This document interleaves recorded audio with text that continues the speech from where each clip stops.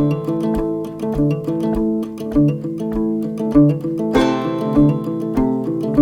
folks, and welcome to our channel. I'm Esther and I run the blog This Farmhouse Life. Today I'm going to show you how to make a very easy and frugal granola cereal. This is one of my favorites and I'm excited to share it with you. So let's get started. So first of all, I have a half a cup of maple syrup and a fourth a cup of honey. So we're going to add this to our sauce pan.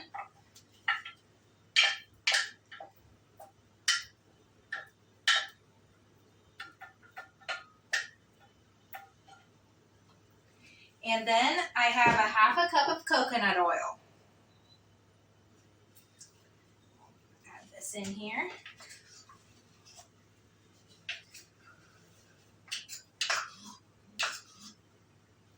You're going to heat this, let the coconut melt, and just incorporate it well. Meanwhile, while this is heating, I'm going to turn my oven on to 330 degrees. Get that going. In my mixing bowl here, I have measured out 4 cups of oats.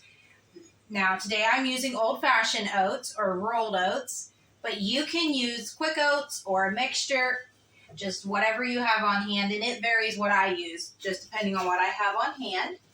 To this, I'm going to add 2 teaspoons of cinnamon and 1 teaspoon of salt. And we'll just give that a little stir here.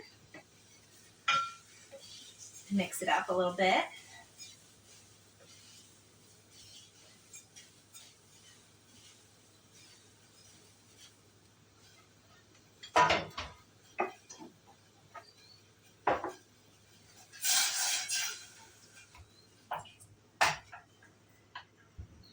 Now, what I'm making today is just a very basic granola, and there are so many add-ins and things that you can do. Really, your imagination is probably the limit with this.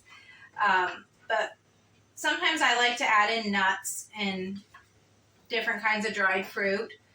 You can also, use fresh fruit. I've used bananas or peaches. We like to eat it with yogurt or just with milk. So there is a lot that you can do with it, and it doesn't have to just be plain Jane all the time. You can also substitute some of the oats for Rice Krispies, and that gives it a nice little crunch, something different.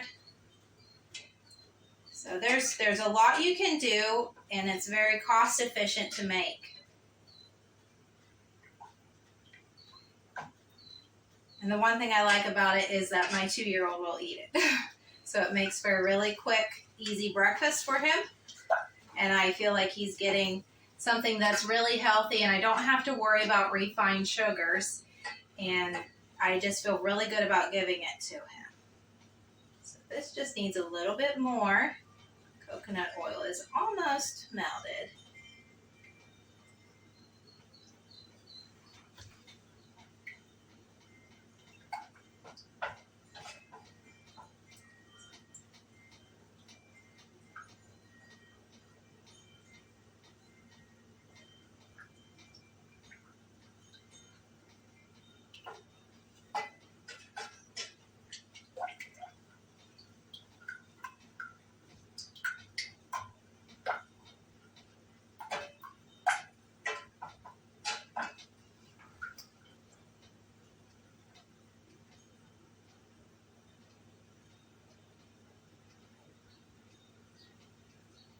This granola also will store really well, so I've never had it go bad.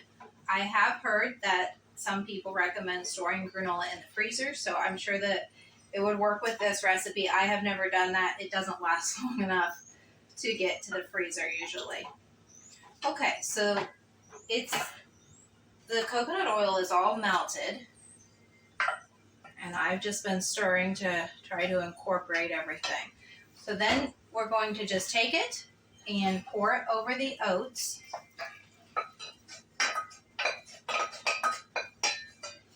And you just want to stir it till the oats are well coated.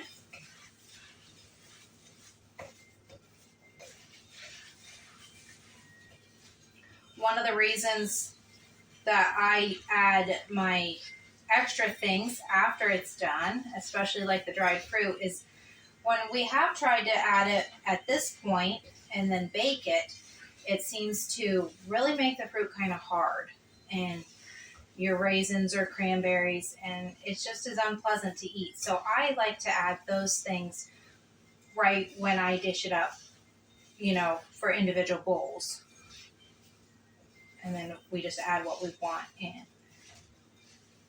Okay, as you can see, this is pretty well coated. So I'm gonna grab my cookie sheet, and you just spread it out on a cookie sheet. Now you can use parchment paper to line your sheet pan if you'd like, but it's not necessary. It just might save you an extra dish.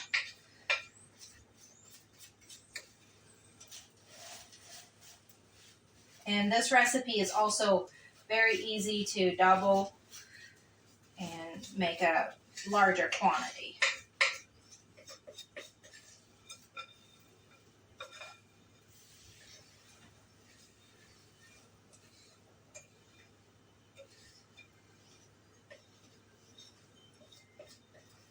Alright, just getting the last little bit out here. Okay, and then I'll just spread this out, and you're going to bake it at 330 degrees for 10 minutes. There's my oven all warm and ready. For 10 minutes, and then you're going to stir it. If you let it go much longer than 10 minutes, it will start to burn around the edges, and I personally don't like burned granola. You'll bake it for 10 minutes, stir it. I will do mine for probably another 10 minutes. You can adjust the time you bake it, depending on if you want really